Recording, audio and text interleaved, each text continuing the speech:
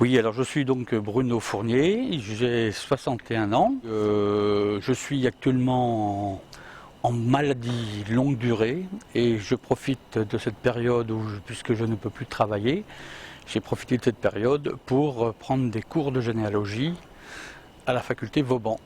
Eh bien, je m'appelle Pascal Champiot, j'ai 56 ans, j'ai un métier, je suis officier de sapeur-pompier et je suis venu à la généalogie il y a une petite vingtaine d'années et lorsque j'ai vu sur la revue française de généalogie que l'université de Nîmes ouvrait un diplôme d'université de généalogie et recherche en histoire des familles en 2010, je me suis dit qu'habitant la région, ce serait vraiment dommage de ne pas m'y inscrire. Bonjour, je m'appelle Nathalie Mougin, j'ai 42 ans.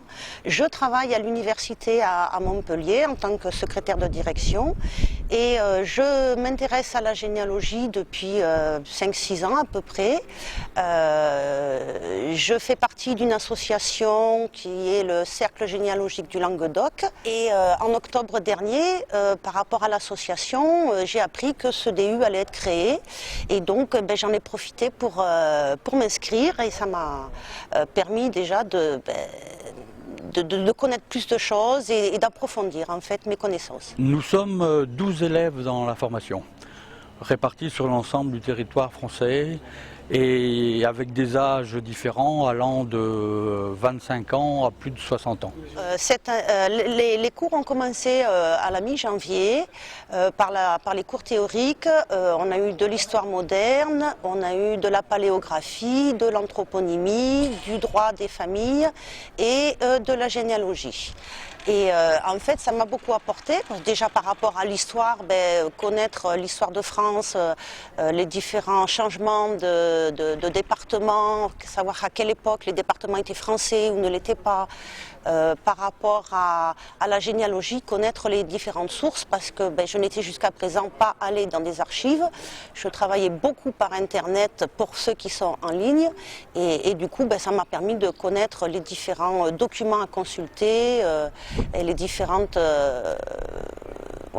sources. Alors ce que j'ai retenu, ce que j'ai retiré de cette formation, c'est un petit peu un approfondissement de mes connaissances historiques, c'est surtout un approfondissement phénoménal de mes connaissances, je n'oserais pas dire de mes compétences en paléographie, puisque c'est vraiment le point sur lequel nous achoppons tous et qui permet vraiment de pouvoir remonter dans le temps.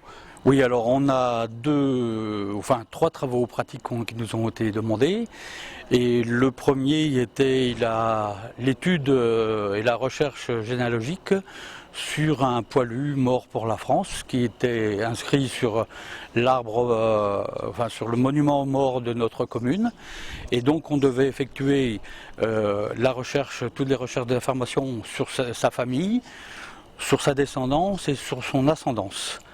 Ainsi que connaître où il avait été à l'école, etc. Enfin, il fallait faire une biographie du poilu et d'autre part établir sa généalogie jusqu'à environ 1800 et aussi, en cas du fait du décès, d'effectuer des recherches successorales pour voir quels auraient été les successeurs et avoir des démarches auprès des notaires pour trouver comment s'est passée la succession.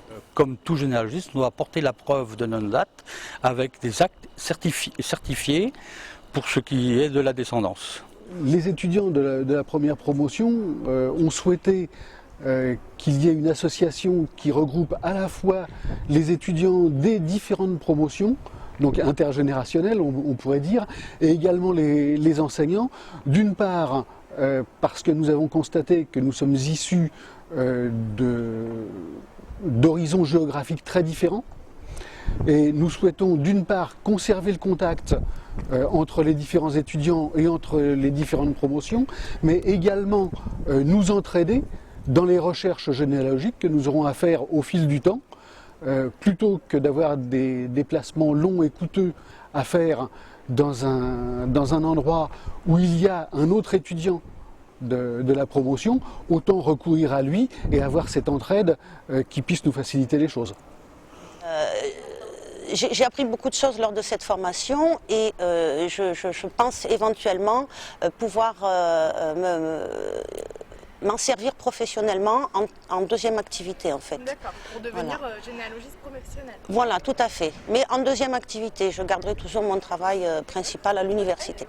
S'ils ont envie de venir s'inscrire, ça vaut la peine, ça dépend du niveau, mais pour ma part, à mon âge, on ne rentre pas à l'école primaire, c'est de haut niveau. Les cours ne sont pas toujours faciles et il y a du travail et beaucoup de travail. Et arrivé à un certain âge, on enregistre un peu moins facilement que quand on est plus jeune. Mais c'est possible. Mais c'est possible.